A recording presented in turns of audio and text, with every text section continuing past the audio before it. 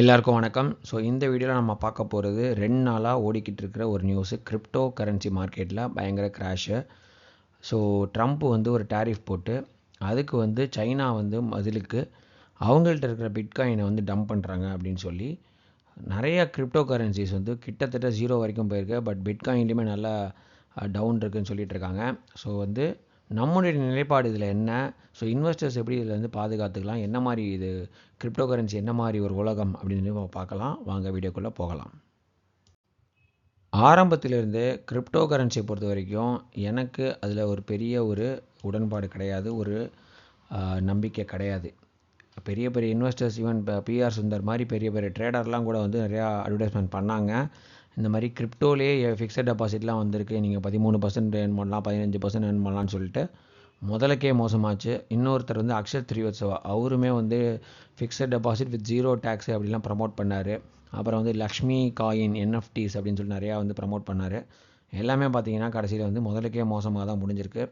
So பிட்காயினை பொறுத்த வரைக்கும் இல்லை வந்து கிரிப்டோ கரன்சியை பொறுத்த வரைக்கும் எனக்கு ஸ்பெசிஃபிக்காக நாங்கள் இன்வெஸ்ட் பண்ணுறதை யாருமே குறை சொல்லலை, இன்வெஸ்ட் பண்ணாதீங்கன்னு சொல்லலை. நான் ஏன் அப்படி ஃபீல் பண்ணுறேன்னு சொல்லி பார்க்கலாம். கிரிப்டோ மேலே எனக்கு ஒரு நம்பிக்கை ஏற்படாத முதல் காரணம் என்னென்னு பார்த்தீங்கன்னா, லேக் ஆஃப் அண்டர்லைங் அசெட். அதாவது அந்த கிரிப்டோக்கு கீழே வந்து ஒரு எந்த விதமான அசட்டோ ஒரு பிஸ்னஸோ கிடையாது. ஃபார் எக்ஸாம்பிள் டிசிஎஸ் எடுத்துக்கிட்டோம். இப்போ டிசிஎஸ் ஸ்டாக் பற்றி நான் ஒரு வீடியோ போட்டிருந்தேன். நானுமே டிசிஎஸ் ஸ்டாக் ஹோல்ட் பண்ணுறேன். ஸோ டிசிஎஸ் அப்படிங்கிற ஒரு ஸ்டாக்கு கீழே வந்து பார்த்திங்கன்னா it is a business. So ஒரு 6 லட்சம் பேருக்கு வந்து வேலை கொடுக்குறாங்க, ஐடி சர்வீசஸ் வந்து எக்ஸ்போர்ட் பண்ணிகிட்டு இருக்காங்க. இதுதான் டிசிஎஸோட பிஸ்னஸ். அடுத்த பிபிசிஎல் ஸ்டாக்கு 340 ரூபாய்க்கு ட்ரேட் இருக்குது, இவ்வளோ 120 ரூபா புக் வேல்யூ ஃபார் எக்ஸாம்பிள் அப்படின்னு நினச்சிட்டோன்னா, அவங்களுக்கு கீழே வந்து ஆயில் மார்க்கெட்டிங் பிஸ்னஸ் இருக்குது, அதே மாதிரி ரிஃபைனரிஸ் இருக்கும், எக்ஸட்ரா அவங்களோட பிஸ்னஸ் இருக்கும். அதே மாதிரி ஸ்விக்கி இருக்காங்க அப்படின்னா எவ்வளோ பேர் வந்து ஆப் யூஸ் பண்ணுறாங்க, எவ்வளோ பேர் ஆர்டர் பண்ணுறாங்க அப்படின்னு சொல்லிட்டு அந்த பர்டிகுலர் ஸ்டாக்குக்கு அண்டர்லைங்காக ஒரு பிஸ்னஸ் இருக்கும்.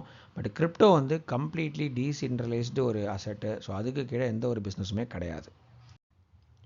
அடுத்தது லேக் ஆஃப் ரெகுலேஷன்ஸ். இப்போ நம்ம ஊரில் ஸ்டாக் மார்க்கெட்டாக இருக்கட்டும், இல்லை வந்து மியூச்சுவல் ஃபண்டாக இருக்கட்டும், ரொம்பவே சூப்பராக ரெகுலேட்டாக இருக்குது. ஒரு காலத்தில் வந்து யூடிஐ ஸ்கேம்லாம் சொல்லுவாங்க, ஹர்ஷத் மேத்தா ஸ்கேமு, யூடிஐ ஸ்கேம்னு சொல்லி 1992 2000 அந்த டைம்லலாம் பார்த்திங்கன்னா ரொம்ப டிஜிட்டல் இல்லாத எராவாக இருக்கிறதுனால உங்களுக்கு வந்து யார் என்ன பண்ணுறாங்கன்னு தெரியாது. அவங்க கோட் பண்ண ப்ரைஸு ப்ரோக்கர்ஸ்லாம் கொஞ்சம் ப்ளே பண்ணிகிட்டு இருந்தாங்க.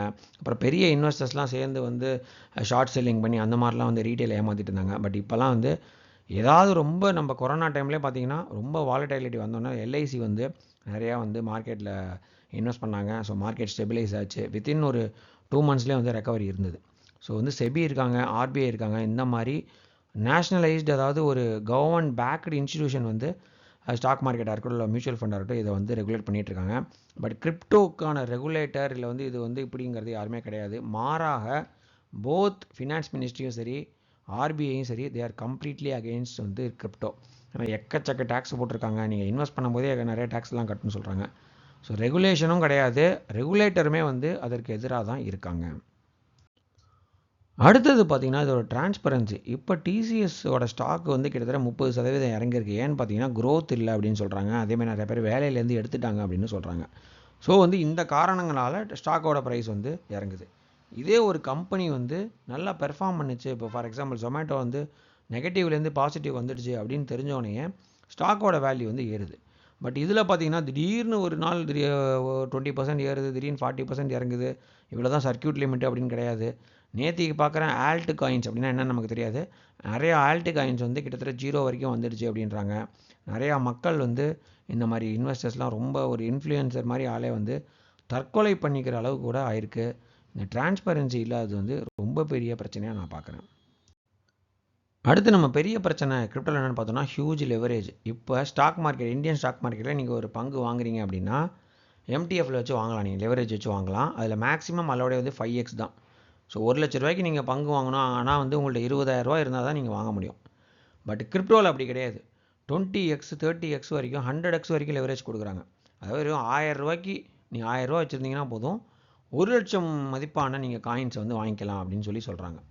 அந்த 1 லட்சம் மதிப்பான காயின் வந்து ஒரு 20% ஏறுது அப்படின்னா உங்களுக்கு வந்து 1000 ரூபா போட்டு 20,000 ரூபா லாபம். ஆனால் அவங்க அந்த பாயிண்ட்டை மட்டும் தான் சொல்லுவாங்க. ஸோ ஃபஸ்ட்டு ஒரு ப்ராஃபிட் மாதிரி காமிக்கிறாங்க. 20,000 லாபம் வந்தோன்னே என்ன பண்ணுறாங்கன்னா நம்ம ஆளுங்க ஒரு ஃபோனை வாங்குறது, புது ஃபோன் வாங்குறது, இல்லை வந்து ஒரு ஐஃபோனை வந்து இஎம்ஐயில் வாங்குறது, அந்த மாதிரி வாங்கிட்டு திருப்பி இன்னும் கொஞ்சம் எக்ஸ்ட்ரா அமௌண்ட்டு போடுறாங்க.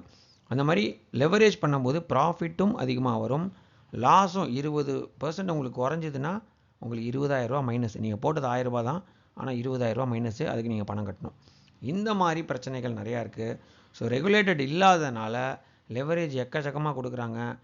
நிறையா ஒரு ஷேடோ கம்பெனிஸ் மாதிரி யார் என்னென்ன தெரியாமல் ஆப்பெல்லாம் விட்டு பயங்கரமாக இதுக்கு ப்ரமோஷன் போயிட்டுருக்கு. இது ரொம்ப பெரிய பிரச்சனையாக நான் பார்க்குறேன். ஸோ 2021-22லேயே எனக்கு நிறையா அப்ரோச் வந்து இது மாதிரி இன்வெஸ்ட் பண்ணலாம், பிட்காயின் இது மாதிரிலாம் இன்வெஸ்ட் பண்ண நிறையா பிளாட்ஃபார்ம் இருக்குதுன்னு சொல்லிட்டு. அப்போ போட்டிருந்தா கண்டிப்பாக நம்ம ப்ராஃபிட்டில் தான் இருப்பேன். ஸோ இப்போ இறங்கின வரைக்கும் வெயிட் பண்ணிட்டு இப்போ வந்து சொல்கிறியாப்பா அப்படின்னு நீங்கள் கேட்கலாம். பட் வந்து எனக்கு வந்து இதில் உடன்பாடு இல்லை தான் சொல்கிறேன். நீங்கள் இன்வெஸ்ட் பண்ணாதீங்க, மியூச்சுவல் ஃபண்ட்லேயே வந்து இன்வெஸ்ட் பண்ணுங்கள் அப்படின்னு சொல்லலை. பண்ணும்போது இந்த பிரச்சனைகள்லாம் இருக்குது. இவ்வளோ ரெகுலேட்டர் வந்து ஆப்போஸ் பண்ணுறாங்க, லெவரேஜ் ஹியூஜாக இருக்குது, ஷேடோ கம்பெனிஸ் நிறையா, யார் என்னென்னு தெரியாமல் ஆப்பெல்லாம் விடுறாங்க. இதெல்லாம் தாண்டி நீங்கள் பண்ணணுமா அப்படின்னு பார்த்துக்குங்க. பண்ணுறதா இருந்தாலும் கேர்ஃபுல்லாக பண்ணுங்கள். ஜஸ்ட் ஒரு டிஸ்க்ளைமர் தான். இட்ஸ் நாட் லைக் கிரிப்டோவில் இன்வெஸ்ட் பண்ணாதீங்க, நீங்கள் மியூச்சுவல் ஃபண்ட்லேயே இன்வெஸ்ட் பண்ணுங்கள் அப்படின்னு சொல்கிறதுக்கான வீடியோ கண்டிப்பாக கிடையாது இது. ஜஸ்ட்டு எனக்கு தெரிஞ்ச விஷயத்தை நான் ஷேர் பண்ணுறேன். தேங்க்யூ. Happy investing.